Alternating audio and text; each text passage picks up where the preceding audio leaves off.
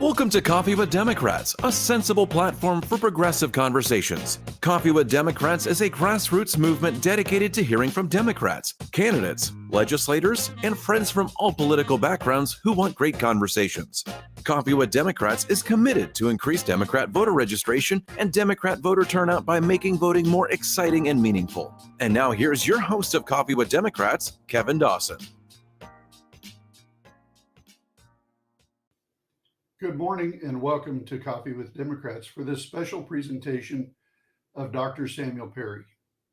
It is my sincere hope that you will learn from this presentation about Christian nationalism and the dangers associated with it. Thank you for joining Coffee with Democrats, and please enjoy the rest of this presentation. Melinda, I need help because I left my glasses at home, doctor, and I can't read the thing. But this lady's going to help me introduce our speaker. Yes, sir. Thank you very much. Yes, I'll do that here.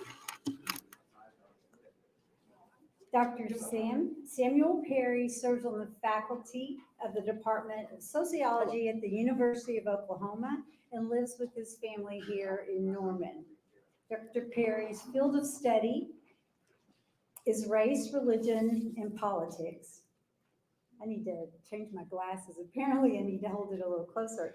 Can you relate to that? His most recent work involves religion and contemporary political division has propelled him to the forefront of the national conversation about Christian nationalism. Ever heard of them? Mm-hmm. Dr. Perry earned a bachelor's degree in communication from Augusta State University in Augusta, Georgia, and an MA from Dallas Theological Seminary. He earned a doctoral degree from the University of Chicago before joining the faculty of OU in 2015. He has published more than 119 peer-reviewed journal articles, as well as 5 books. His newest, his newest book is Religion for Realists, Why We All Need the Scientific Study of Religion, and that will be out in 2014. So ask for it at your local bookstore. 2024, not 2014. Did I say 14? Yeah, Yes, it's okay. 2024, thank you. Let's Sorry, go I saw some forward. confused faces, so. Let's go forward, right? What's the name of it? It's called Religion for Realists, Why We All Need the Scientific Study of Religion. I've read some of the others, but I highly recommend them. His interest in religion and contemporary divisions in politics has led to his being recently recognized as the top sociologist, not only in the United States, but in all the world. Dr. Perry is a regular contributor to Time Magazine, The Washington Post, NBC News, CNN, and the Dallas Morning News, and I think there's more than that. All of that is terribly important and impressive, but since I'm speaking to a room full of grandparents, I know you will allow me to tell you that this man's most important contribution to the entire world, he's the father of 3 very wonderful little people who I call my grandchildren, and they call me Graham. So, Dr. Perry.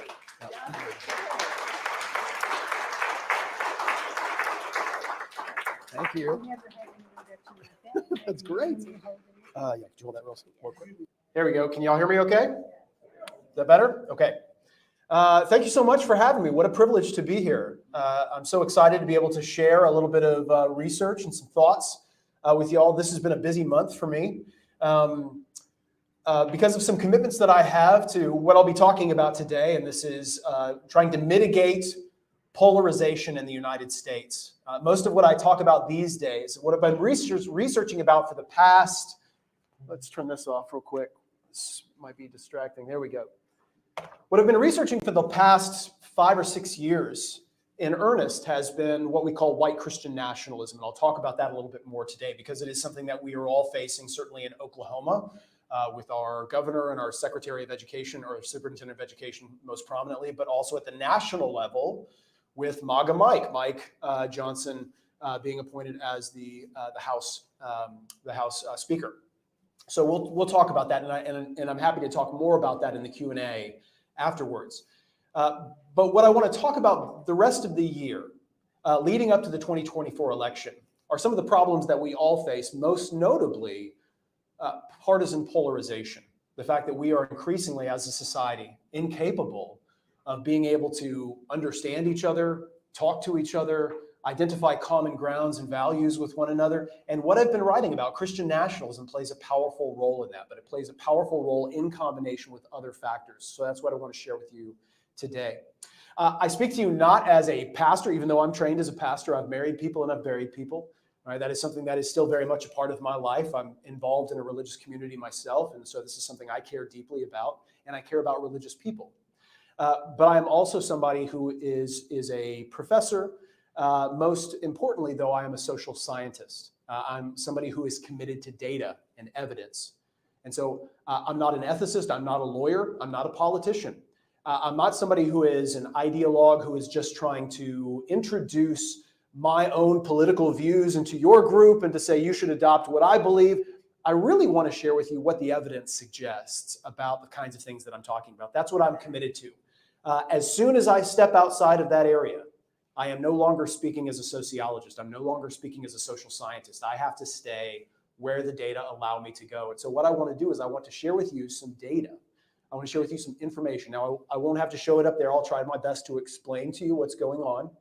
Without the pictures, it probably wouldn't be able to see much of what I've got going on anyways. But hopefully I can convince you that we all play a part in trying to turn down the temperature in our country a little bit so that we can actually have productive conversations with one another and make government work for all of us.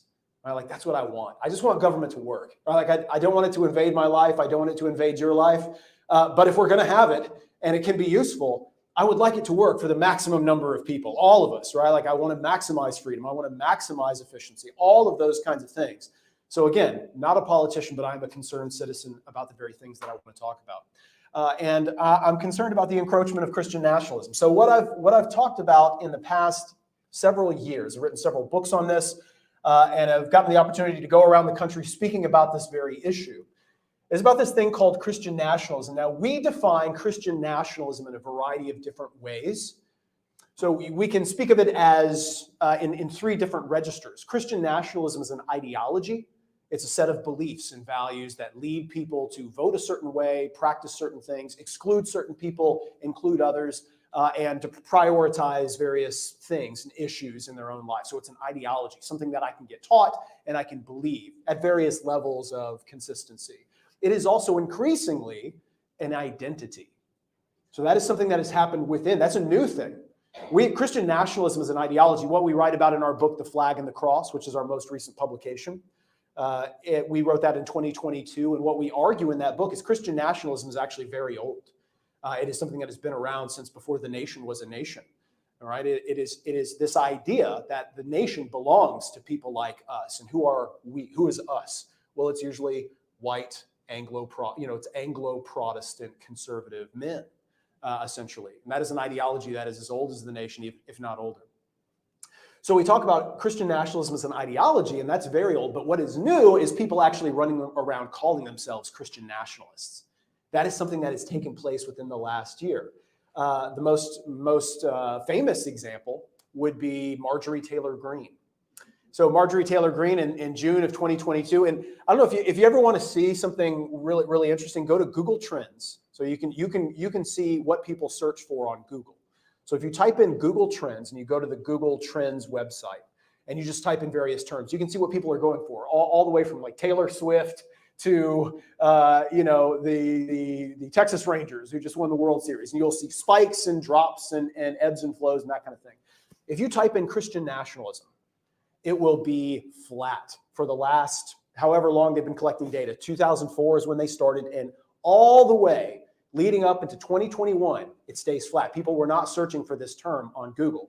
What happened in 2021? Well, January 6th happened. And so you see a little spike in search terms for Christian nationalism.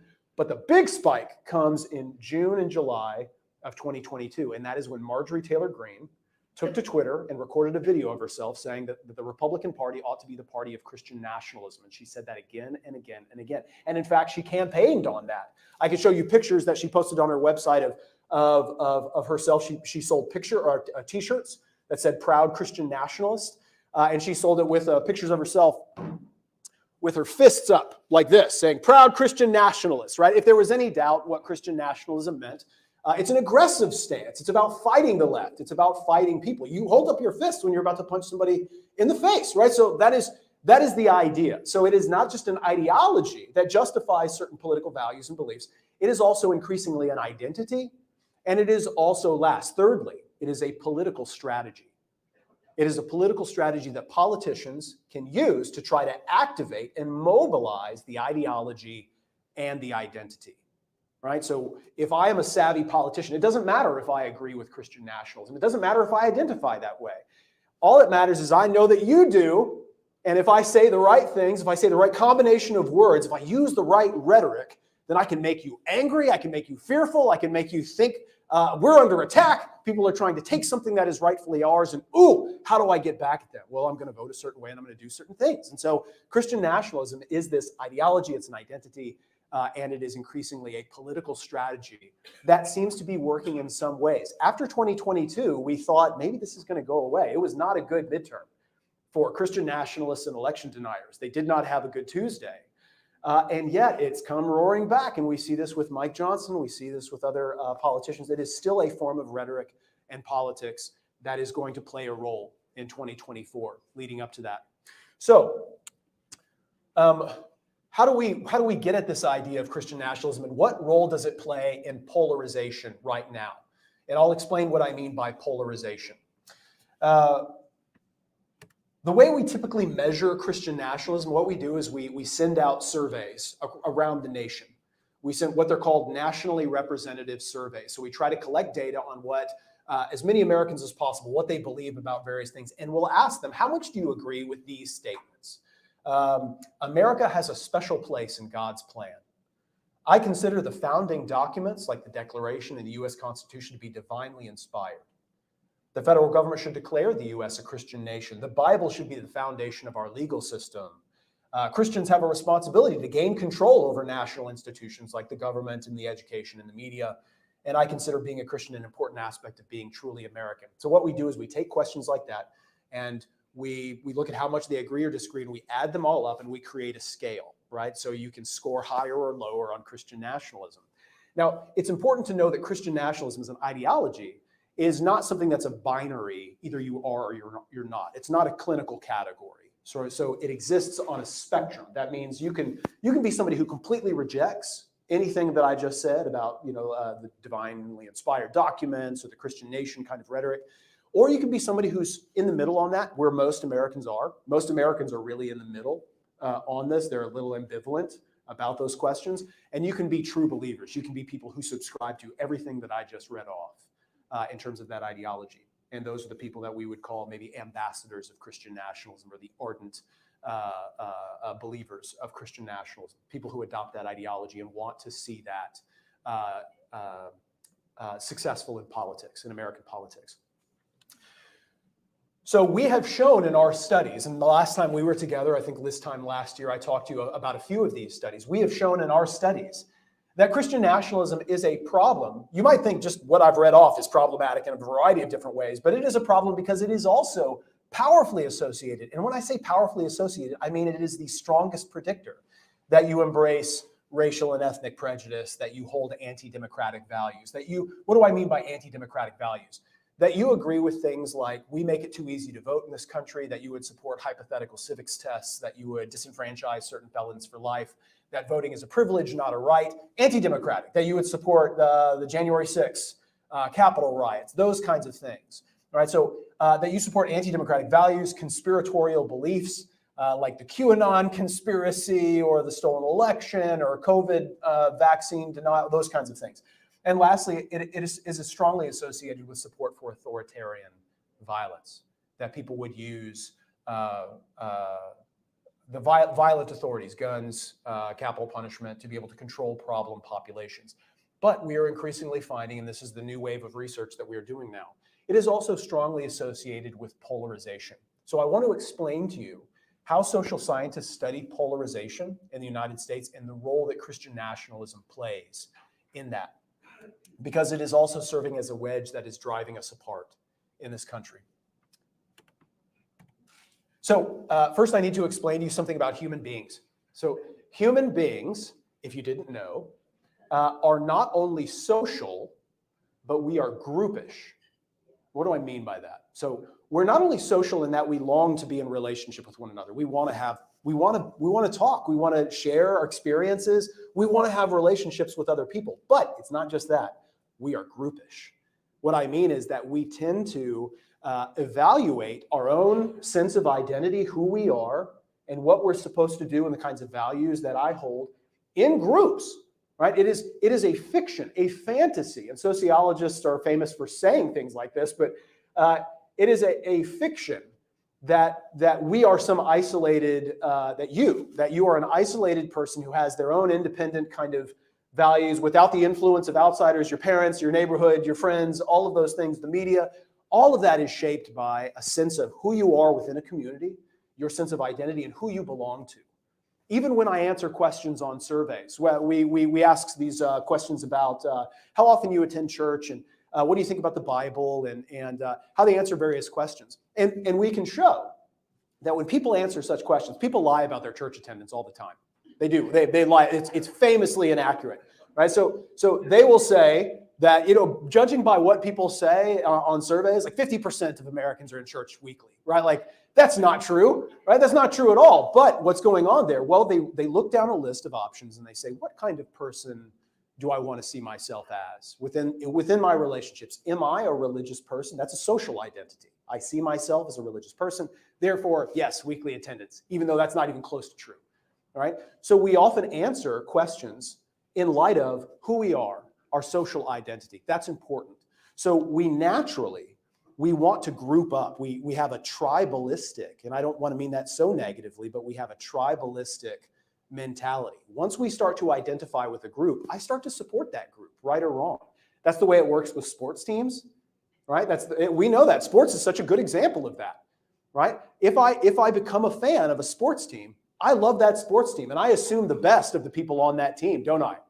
And who are their opponents? Who are their rivals? Oh, I hate those guys, those degenerates, right? Look at them, smug cheaters, right? Like we actually have lots of experimental evidence that shows that as soon as we start to identify with the sports team, we assume the refs are on their side, that we assume their coaches are dishonest, we assume they're cheating in some way if we lost. We just do this, and we do this in politics, and we do this across the board in a variety of groups.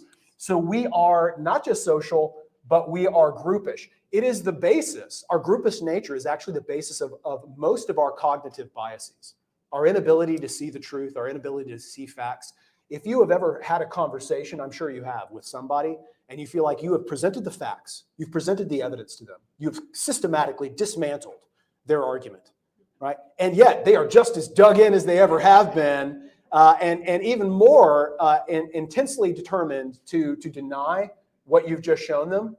What they're thinking with is not their reasoning ability. They're thinking with their groupish, right? They're thinking with, like, this is my team, this is my identity, and what you're doing is attacking my identity and saying that I am wrong, right?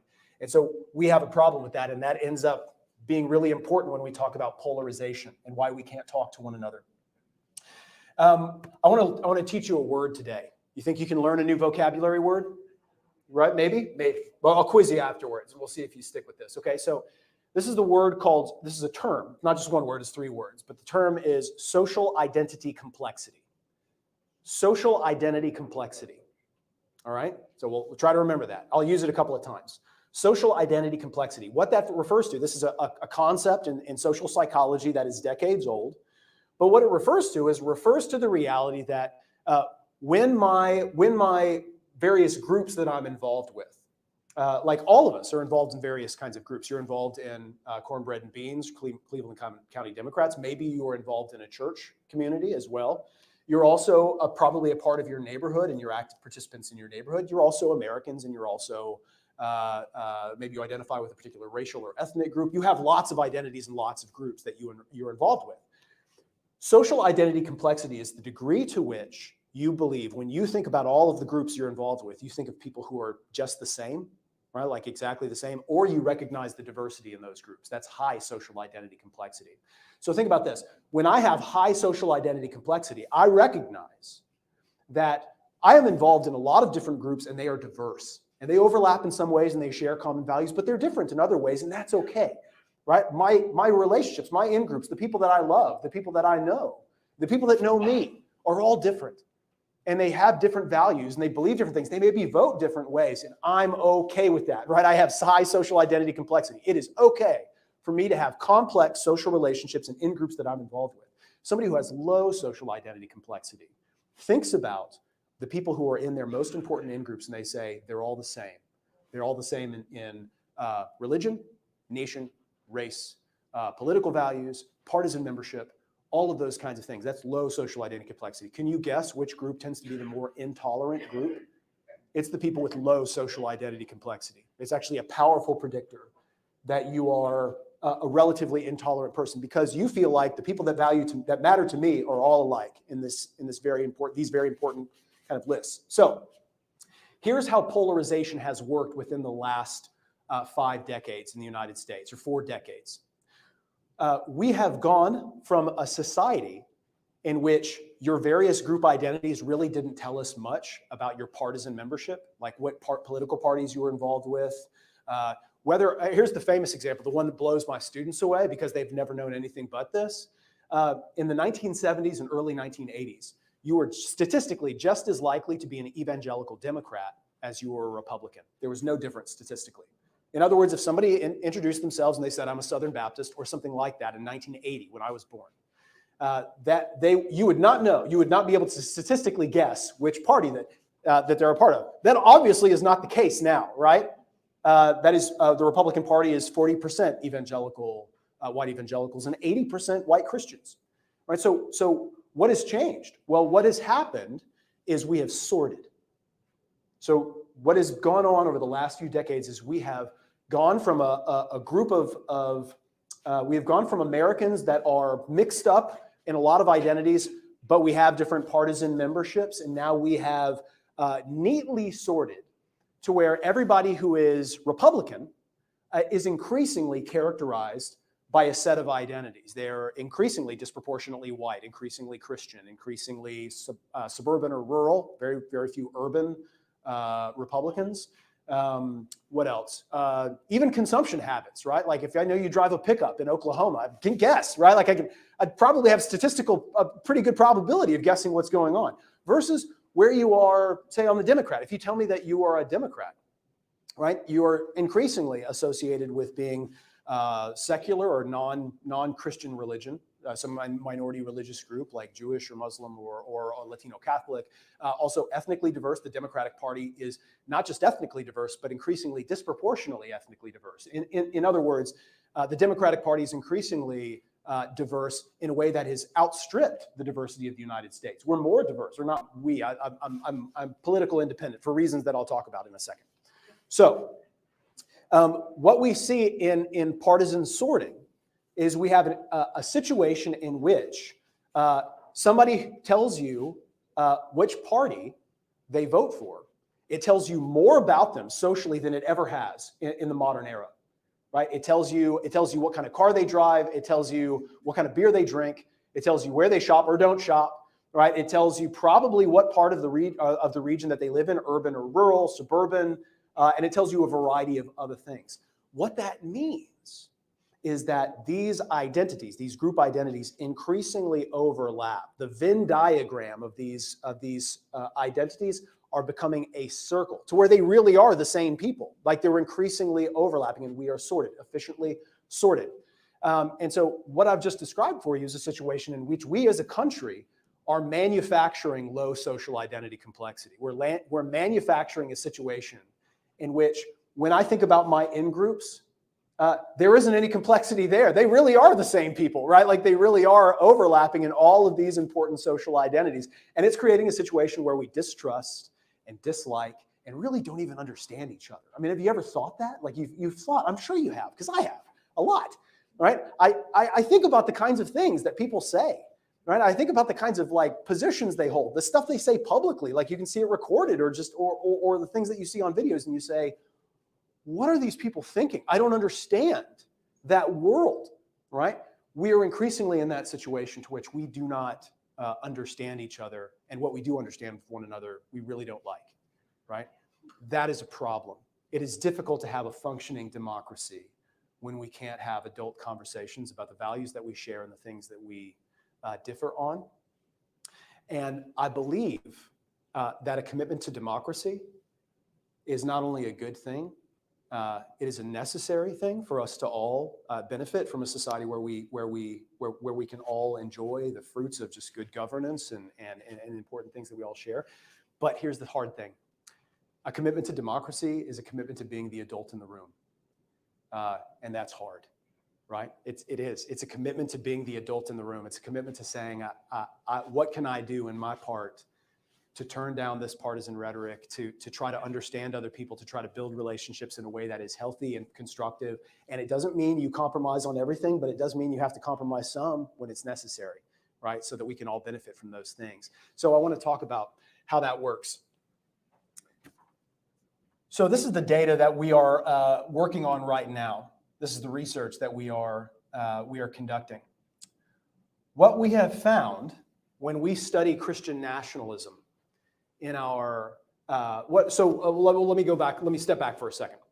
If the problem is partisan sorting, where we increasingly like stack all of our identities together to where we are manufacturing low social ID, everybody we know is like us, religiously, politically, racially, and everybody I know is just like me and across the most important identities in their life, rather than this complex, diverse group of people. If the problem is sorting, then the solution is what political scientists call cross pressures. So cross pressures. So I've already introduced a couple of concepts to you, right? So remember, we've got social identity complexity, we've got sorting, and we've got this thing called cross pressures. What are cross pressures? Well, cross pressures means that when I have overlapping relationships with people who are not necessarily like me, I'm involved with groups, and I maintain involvement in groups with people with whom I disagree on important issues, right? Like, and it doesn't mean I set myself up for abuse. It doesn't mean I walk in the door and start fights, right? Like, I'm not talking about that. I'm talking about being a part of communities and relationships with people that I love and they love me, but we disagree. That's what I mean. That's cross pressures. And the least polarized Americans, the Americans that are willing to say, I don't hate the other people, are the people who experience cross pressures in their life. And the most polarized people, the people that are most doggedly partisan toward their own group and they hate the other group, are the people who do not have relationships with others. They are neatly sorted. Everybody they know is just like them. Does that make sense? All right. So what we're finding in our research, this also works the same way with Christian nationalism. The most polarized, Christian nationalism leads to greater polarization in a lot of ways, but the most polarized people are strongly liberal, strongly democratic people who hate Christian nationalism because they're stacked in those really important identities and they feel like, hey, this is something that like I identify with, I don't identify with that, I distrust that, and they are intensely polarized. And on the other end, the other polarized people are the people who are Republican, strongly conservative, and love Christian nationalism, right? Because why? Well, because they only know, usually they only know people who are just like them, right? Like they're making decisions to sort themselves into those communities. The least polarized people are people who are willing to have relationships and be a little bit ambivalent about some of the things that they see out there, right? To suspend judgment, to not be so doggedly for or against certain things. I'm not saying being wishy-washy, right? Like I'm not. It is perfectly fine and appropriate and important, in fact, to hold the line on certain policies. And we've got to decide. We've got to make decisions about which are the most important policies that we actually have to toe the line on, right? And which are the who are the people that we're willing to say, no, I can't have a relationship with this person because that is too far gone. I'll give you an example, and I'll wrap it up here to try to drive this home. I think there are certain groups of people with whom intimate kind of cooperation and relationship are probably not going to happen in the future. I would say, as a husband of a wife who works in public school, and in Oklahoma public school, and a parent of children who go to public school, and as somebody who is interested in Oklahoma politics and really finds Christian nationalism problematic, I have a difficult time seeing a future with me interacting with Ryan Walters. I just do. I'm not sure. I probably feels the same way about me. Like, if he saw me and he saw what I posted on his Twitter feed often, almost every day, if he actually reads that, we're probably not going to be friends, right? So and I understand, because I think Ryan Walters is a grifter, right? I understand this is being recorded, and I was getting this microphone. I think Ryan Walters is a grifter. I'm saying that in the camera right now. So what that means is, I don't think, whether he holds those views sincerely or not, I don't think it's able to convince the guy otherwise. I've seen the guy in person. I've seen him talk. It is a grift. It is a show. It is something that he is doing, a rhetoric, a style that he is laying down for the applause of people who really buy into that ideology. And like Upton Sinclair said so long ago, and I'm sure you're familiar with this quote, it is nearly impossible, I'll paraphrase, it's nearly impossible to get somebody, to convince somebody of something that their paycheck depends on them not understanding, right? And Ryan Walters is that, in my opinion. But that's not most people, right? Most people are not, right? So I get that Ryan Walters, I'm probably not going to be in Bible study with Ryan Walters. I understand that. But, and here's the important self-disclosure I want to give to you guys. I am involved personally. I'm involved in a church with people, the vast majority of whom don't agree with me politically. I attend a local evangelical congregation here in Norman, Oklahoma. It is a loosely affiliated Southern Baptist church with Southern Baptist roots. I lead a community group in my home on Sunday nights, where I invite families over and we have dinner together and we talk about the Bible. And I lead a men's Bible study on Tuesday morning, where we go through a book together and we talk about those kinds of things. And I don't know if I agree politically with anything these folks believe, but I know they love me, and I know that I love them, and I know that they've been in my home and they've seen my family, and we can have conversations, and it would be civil, and we can have conversations about the ways that we disagree, because I want those cross pressures in my life. Right? I don't want to hate them. I don't want to hate anybody. I don't want to have enemies, right? I don't. I just want government to work, right? I just want it to work so all of us can benefit, so that my kids can go to a public school that's good, right? So that you can have people fix your sidewalk, and that just works, right? We just want it to work. So it requires us being the adults in the room and building these cross pressures in our life, and not giving in to the almost irresistible current of sorting that we have in the United States, where I just hang out with people who believe and agree with me on every single issue. Maybe you are already at this place where you feel like you're ready to write off all of those relationships and it's just a foregone kind of thing. I would encourage you not to. I think all of us need to lean into these opportunities. I'm not asking you to sign up for abuse. I'm not asking you to walk in the door and pick fights. I'm not asking you to set yourself up in a situation where people are going to be ugly to you. I'm not. But I think to the extent that we can be involved with groups that don't necessarily agree with us on every issue, but I love those people and they love me, and we're going to build relationships. That's how government happens. That's how politics happens, ideally. That is us rising above Fox News and rising above the hyper-partisan, whatever left version of that is, right? So this is important. This is important. I want to love people in my community. And certain trends that we have in American politics are militating against that, and they're really toxic and problematic. And I want us to be part of that solution. Why am I an independent? I'll be honest. I haven't voted Republican in a long, long time, and I don't see much good coming out of the Republican Party that I see, especially at the national level. But we live in Oklahoma, and I don't see much at the local level either. But I believe in this kind of tribal psychology problem. I believe that once I identify with a group that I would want to cheer for that group, right or wrong, and that I would want to support for the group. And as an academic, I feel it's my personal integrity on the line there. So I want to maintain that independence that way. But, I see most of what's happening at the level of governance at our state level is deeply troubling. And I want us to be a part of those solutions if we can be. So I welcome any questions that you have about things that I've researched in the past or things going on now. And it's been great just speaking to you. Thank you.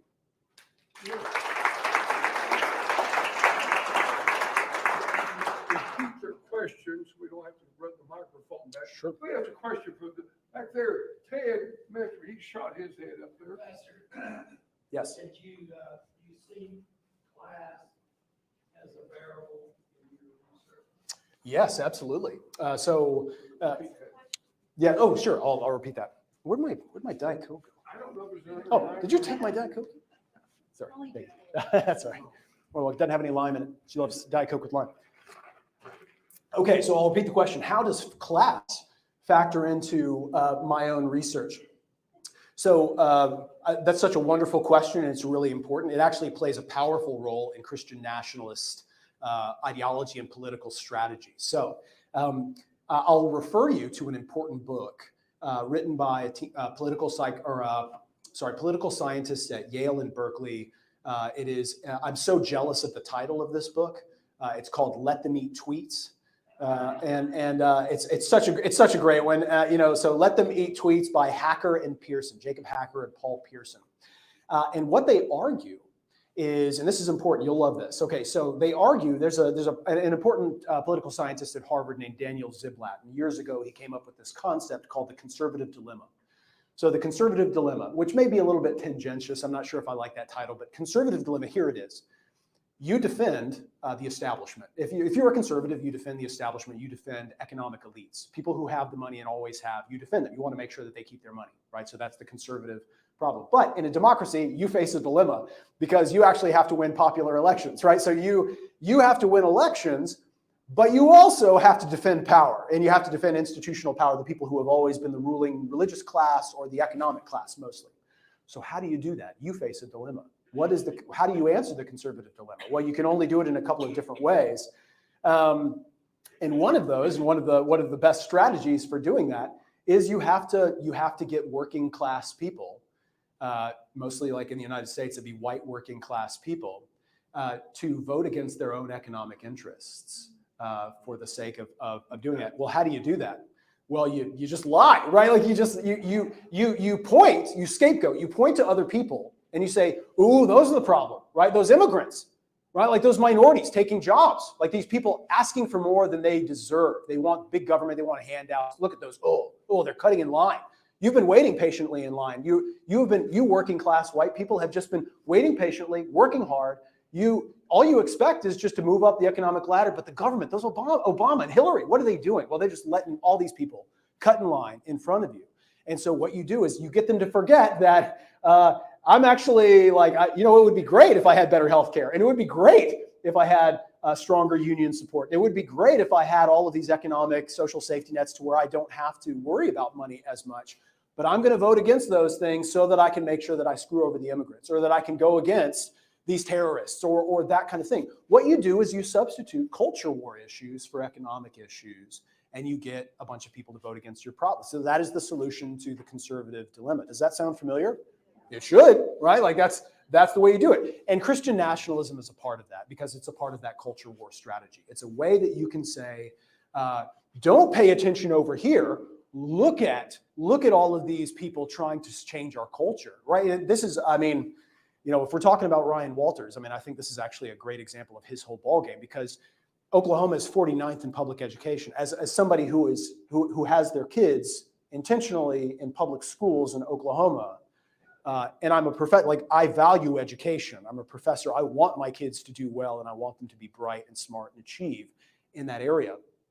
That bothers me, right? But if I have given up on being able to fix that problem, or I really don't have much concern about fixing it anyways as a politician, what am I going to do to make it seem like I'm doing stuff, right? Well, I'm going to song and dance, and I'm going to go around and I'm going to talk about like, all those people introducing porn into our schools. Right? I'm going to talk about CRT and wokeness. I'm going to talk about all the things to make you, as a voting group, say, look at that Ryan Walters, man, he's doing so many things to try to defend our values, right? Right? All the while, our education system does not improve and doesn't do the things that we want it to do as a society. That's hugely problematic. So how does class factor in it? It's a hugely important part, because Christian nationalism is all about the kind of rhetoric that I use to distract people from the fact that I am backing conservative elite power in every other way, especially economically.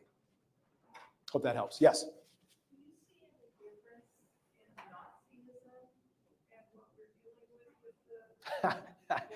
You know, so do I see any difference in Nazism and what we are seeing with Christian nationalism?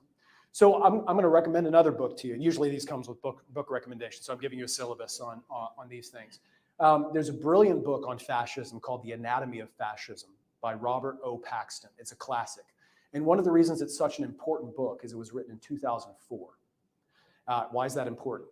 Well, because you can make an argument that, and I'm willing to admit this, you can make an argument that any books written about fascism post-Trump in the United States can be read and rejected by conservatives as like, oh, you guys don't like Trump, and so you're just kind of throwing the slur of Nazism or fascism at Trump, and you're just kind of writing a book about how Trump is this fascist kind of thing because you want to demonize it. This is 2004, right? So before anybody ever comes on the scene, and you read this, and it feels like, wow, like you just told the future 15 years ahead of time.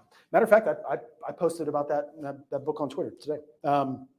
Quote. So let me just actually read you a really important quote from Robert O. Paxton at the end of this, because he's talking about, could an American fascism be in the future? What would it look like? What would it look like if we had an American version of fascism? Scary to think about, I know, but let me just read to you the quote that I used. So he says, can fascism still exist?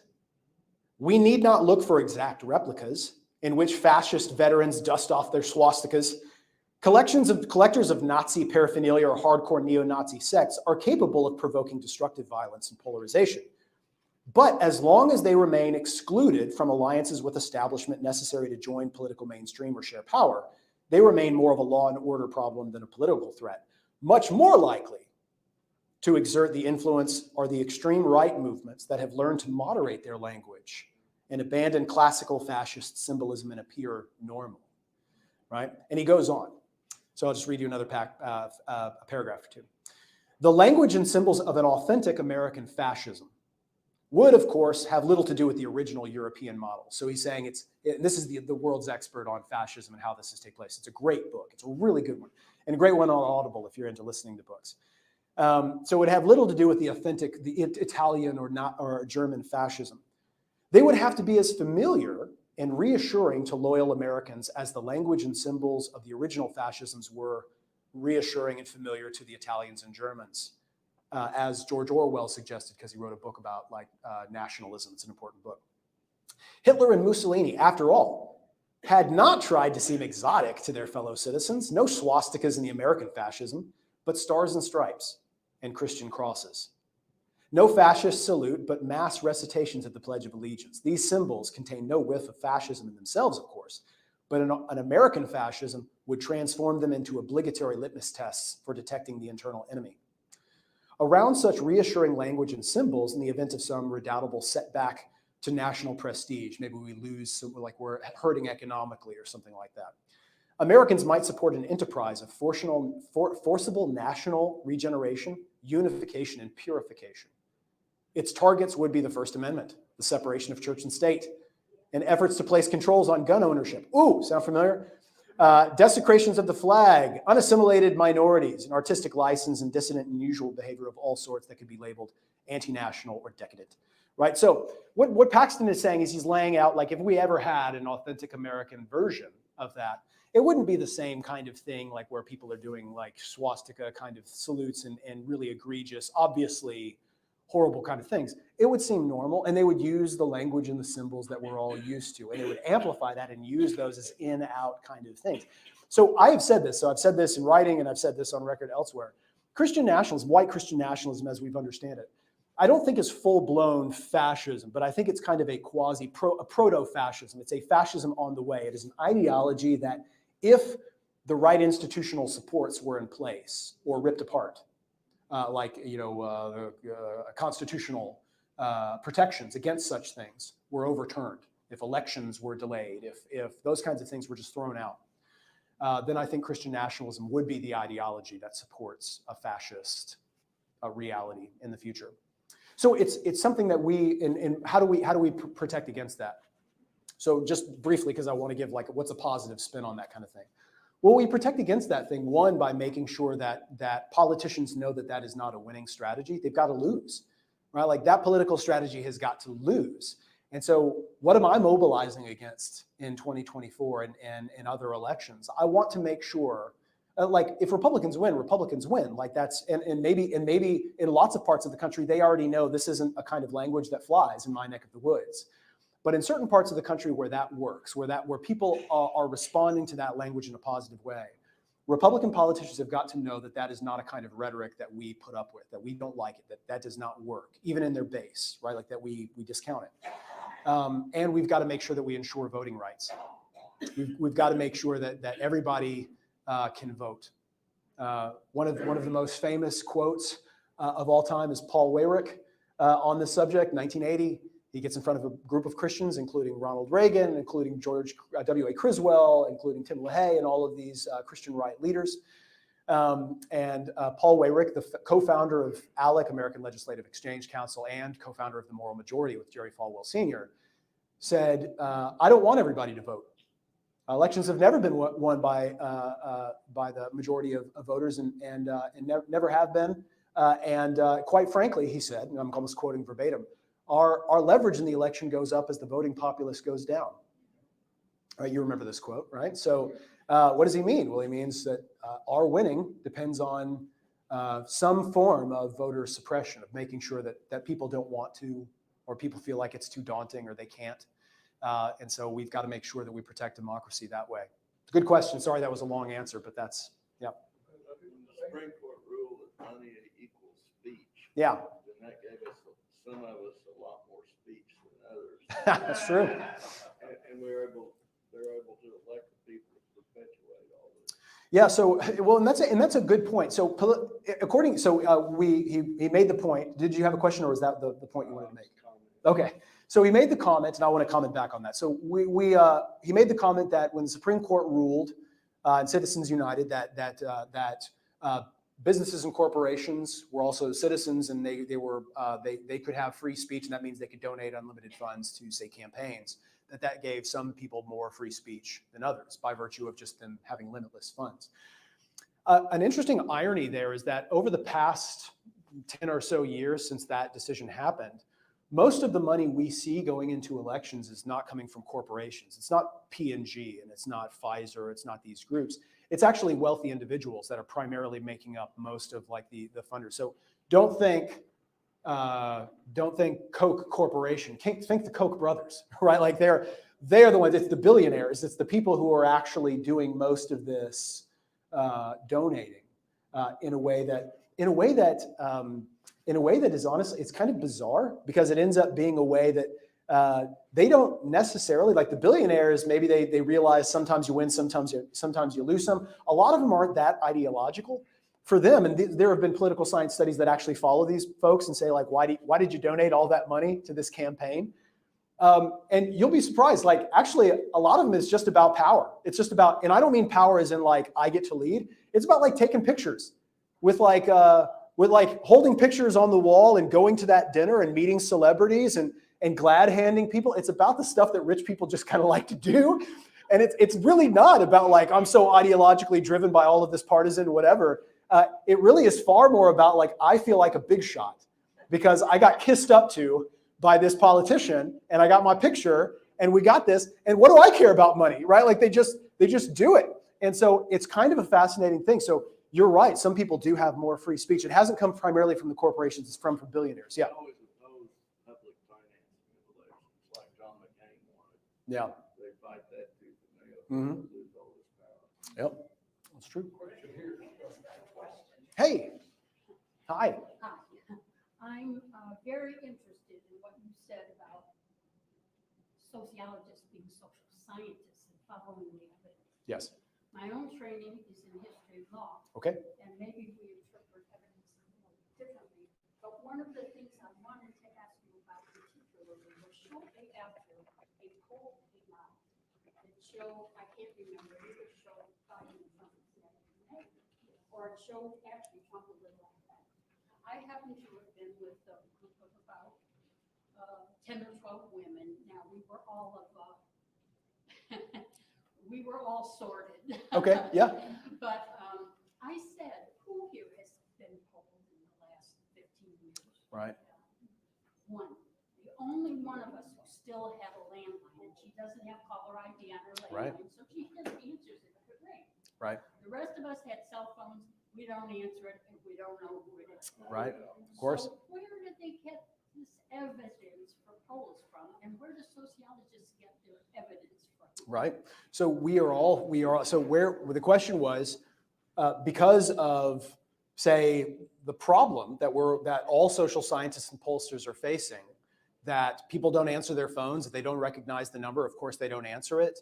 And if they did recognize the number, it said pollster, like they wouldn't answer it anyways, right? So like, how do people who depend on survey data for their evidence, how can they trust or think that's reliable, or how are they even gathering data now?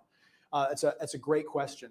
So it's a mixture of a variety of different methods now, because it has become more and more difficult. There are some surveys that, believe it or not, still go door to door, and they knock on people's doors and they'll come back 10 times and make sure they get it, because they want to make sure this is a representative sample. Well, so this is something that they are very cautious about, but they realize that is also a risk. And if somebody threatens to shoot them, they don't go to that house again. Yeah. So and there are other groups that continue to do polling, and they recognize that like not a lot of people are answering their phones, so they try to adjust mathematically. They try to use what's called statistical weights to try to account for the kind of people that answer their phones and those kinds of things. Then they also do something else. There is an increasing thing. So when you look at Pew data, like Pew Research Center or Gallup, or the data that we collect, we use a lot of data from YouGov, which is a polling firm that does like pollsters, and they also do surveys for us, national surveys. What they do is they do online panels of people who agree to take surveys, right? Like, so people opt in. They say like, hey, I think surveys are interesting. I like answering questions. Maybe they even get a little bit of money for doing it. And what we do is we include various attention checks and make sure that like people are paying attention, that they're answering honestly as best we can tell. We try to throw out wild things where somebody just clicked the same button every time. You know, like we engage, and actually these companies that we pay money to, grant money to like do these surveys, they are responsible for making sure that the data that we get end up being reliable, believable, plausible. It's not super biased in that way. So to answer your question, we try in a variety of ways to get around this problem. But it is also true, every election now, we see some situation where the polls were just inaccurate. Like they polled this person ahead and that they ended up losing by 5 points, right? Like that shouldn't happen. So we scratch our heads and wonder what's going on with polling. We're all facing that problem. So it becomes, I don't think it's such a problem to where like, you know, we see 20% of people believe this one thing and it actually is 80%. Like it's not that wildly off. It's percentage points. You can call out whoever. I didn't see who had their hand up. No. First. Okay, I don't know who. Hi. At the very beginning of the talk, Yes. you identified Christian nationalists as people who responded in a certain way to a few statements that you made. Right. Was the Declaration of Independence divinely inspired? Is there a definition of Christian nationalism that you can give us, which is not just that people answer certain questions Right. in a certain way, but is there just a simple, straightforward definition of what a Christian nationalist is? Yeah, sure. So, well, let me be clear. I don't actually go around calling people Christian nationalists. That is actually a new thing, and we say this in our books and the articles that we've written. Going around calling somebody a Christian nationalist is, I think, like calling somebody a racist or a Nazi, right? It's kind of a conversation stopper. So I don't prefer that. I prefer to talk about Christian nationalism as an ideology that people can embrace more or less, like on a spectrum. So just to be clear, I don't have a definition. Yeah. Well, so I'll define the ism. I'm happy to, but I just want to make sure that we're clear that I don't say like this is a Christian nationalist, other than somebody who just strongly agrees with these kinds of things. So what we define Christian nationalism as in our book, our first book, The Flag, or Taking America Back for God, we define Christian nationalism as an ideology that idealizes and advocates a fusion of American civic life with a very particular kind of Christianity. So I'll say that again. Christian nationalism is an ideology that idealizes, I'll break that down, idealizes, so they believe there's a mythical connection between that. They say this is a good thing. It idealizes and it advocates. So it wants that. It sees a vision for that. Right? So Christian nationalism is an ideology that idealizes and advocates a fusion of American civic life with a very particular kind of Christianity. So why do I say particular kind of Christianity? Because these people don't have in mind other kinds of Christianity, right? So they don't mean the black church, right? Like of the civil rights movement. They don't mean Latino Catholics, right? They actually don't even mean like that I've committed to Jesus to follow him in discipleship or to love my neighbor or those kinds of things. What they mean, and this is what we get from our survey questions, what they seem to have in mind is nostalgia for an earlier time where the right people were in charge and the right kind of values held sway. It's Christianity as culture. It's not about believing in Jesus, right? So what I mean by a particular, so whenever I say Christian nationalism, I almost always want to put an asterisk by that or put it in quotes, because I don't mean biblical Christianity as people might understand it. I mean Christianity meaning our values, our way of life, as we white middle-class Americans have historically known it. So I'll say the definition one more time. It is Christian nationalism is an ideology that idealizes and advocates a fusion of American civic life with a very particular kind of Christianity. In our second book, The Flag and the Cross, we break that down to talk about Christian nationalism as a deep story about America's past, that we have some kind of sacred relationship with God and the Christian God, and a vision for America's future, what you would like to see happen in the future. And usually that involves institutionalized Christian supremacy. But again, Christian in quotes, it's not about institutionalizing the authority of the black church, right? Like that has nothing to do with it. It's about Anglo-Protestant ethnoculture. Third-year Christian over here. Yeah, I just wanted to speak to, you brought up that data gathering. I was talking to my brother-in-law here a while back. He runs homes with all the truck stops. And he said he had a management consulting group that's going to be in and wanted to hire him. He said they were able to tell him everything about his business, how many Wrangler, that he's selling Wrangler jeans, that he's selling this type of foods, everything that was going on in his business. It's just unbelievable. And he said, how do you guys get all this data? And the guy said, you can't believe that with our high-speed computer systems, and then the cell phone data that we can buy, the credit card information we can buy and so forth, he said, we can run all that and run all these algorithms and then compute it. He said, we can track, businesses across the United States with this. So I just wondered if you had any idea along those lines. No, I'm not an expert in big data analytics, but that sounds completely in line with what we know about how people are, say, gathering political information or how people are marketing to certain political groups, like Cambridge Analytica after 2016. We all kind of heard about that. So yeah, it sounds really plausible. Right? Got a little bit more time. Go Okay. ahead. Lindsay had her hand up pretty quick there. Yeah. Hi. I just wanted to share with you that we have a homegrown Oklahoma gal who is very active nationally and her focus is to stop people from being able to vote, particularly young people. And her name is Cleta What's her name over time? And now it's Cleta Mitchell, but we knew her as Cleta. Cleta Mitchell. Okay. She was on the phone call with Raffensperger. Oh, okay. Has not yet been indicted. Everybody in this room is waiting.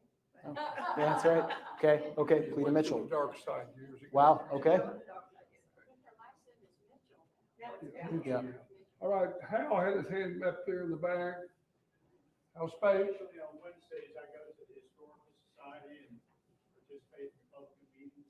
Okay. And they are, as far as I can tell, Dominion theologies. Yeah. And what's the difference between Dominionism and Christian nationalism? Yeah, so I think Christian nationalism doesn't require dominionism. I think dominionism would be a subset of the kind of thing that I'm talking about. So he was asking, what's the difference between dominion theology and Christian nationalism? So dominionism is something that you might find in certain churches. You might find it associated with a guy named John Rouseus Rushdoony and his son-in-law Gary North.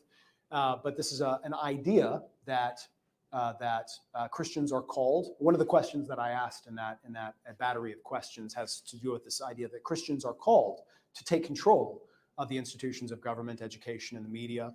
You might have heard of something called the 7 Mountains Mandate. Seven Mountains Mandate is a part of this idea that Christians are called to take control over the various important institutions in government and culture. That includes education, the media, all of those kinds of things. So dominion theology, I don't think is actually held by a large like not explicitly. Now, very few people would go around calling themselves dominionists and subscribing to that kind of view. I think the vast majority of the people who subscribe to Christian nationalism in our surveys probably subscribe to a more generic God and country folk theology, a God and country patriotism that sees the two as ambiguously together, that this is important, it's a part of our heritage. You've got very few people that have actually read that well to know what dominionism is, what dominionist theology is. But the people that are, oftentimes when you combine that with a view that say there are, some of these folks are the most dangerous. Why is that the case? So the most dangerous folks, and we've shown that this in survey data as well, the most dangerous folks are the folks that combine Christian nationalism with a belief that there is some kind of future battle, that there is this Armageddon, that there is a belief that there are angels and demons at war with one another, and I play a part in that kind of thing. That's a prophetic view. Why is that the case? Well, you've combined Christian nationalism, the belief that something is being taken from you, from God, really. But you also combine this with the idea that we have a hand in this cosmic battle between good and evil. And you end up with that kind of rhetoric. I think this guy's Roger Stone, who goes around to these Reawaken American tours and is still maintaining his fame through these speaking engagements. I think he's a grifter and a kook. But the kind of language that he uses appeals to this group of people. If you actually see any of his speeches on YouTube or see the things bouncing around social media, he will say that this is not a battle between Democrats and Republicans. This is a battle between angels and demons, and if we lose, we plunge the nation into 1,000 years of darkness. That kind of language. So if you really believe that, right, there's no end to what you're allowed to do, right? Like this is if you lose, God loses, Satan wins. Of course, like that might require breaking a few eggs, and that's a hugely problematic way to think. It's an anti-democratic, hugely problematic way to do politics, and we have a role to say that is wrong, that is ludicrous. We don't tolerate that in politicians, and let me build relationships with decent people who may disagree with me, but could be lured away to that kind of nonsense, right? Like I don't want them to find Roger Stone appealing, or well, he may be extreme, but he shares my values. I don't want that, right? Like I don't want them to think Roger Stone is the good guy and I'm the bad guy. I want them to understand that no, I'm the person who sits across from you. I know you, right? We know each other. Well, we've kind of run out of time. What did a great program. Thank you so much. Thank you. Taking me out to lunch here. And so in 2 weeks, we have another program. Let's come back. And again, let's give our speaker another great hand. Thank you. As always, thank you for joining us today on Coffee with Democrats. What an outstanding speaker Professor Perry is, and we look forward to hearing more from him in the future. Until next time, please be safe. Thank you for joining Coffee with Democrats.